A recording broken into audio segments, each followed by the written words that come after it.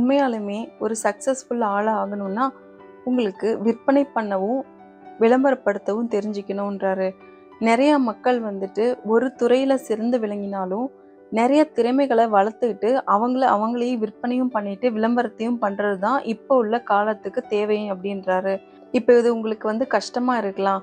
ஒரு விஷயத்த எப்படி விளம்பரப்படுத்துறது? எப்படி விற்பனை பண்றது? அப்படின்னு சொல்லிட்டு. அதுக்கு முக்கியமான காரணம் பயம்தான். ஒரு வேளை நம்மள தப்பா சொல்லிடுவாங்களோ, நம்மளுக்கு வேணான்னு சொல்லிடுவாங்களோ, இந்த பேர பேச்சு நம்மளுக்கு சரியா வராதோ அப்படின்னு உங்களுக்கு இடையில இருக்கிற சந்தேகம் தான். இதையெல்லாம் எடுத்துட்டு நீங்க ஒரு வாட்டி செயல்ல இறங்கி பாருங்கன்றாரு.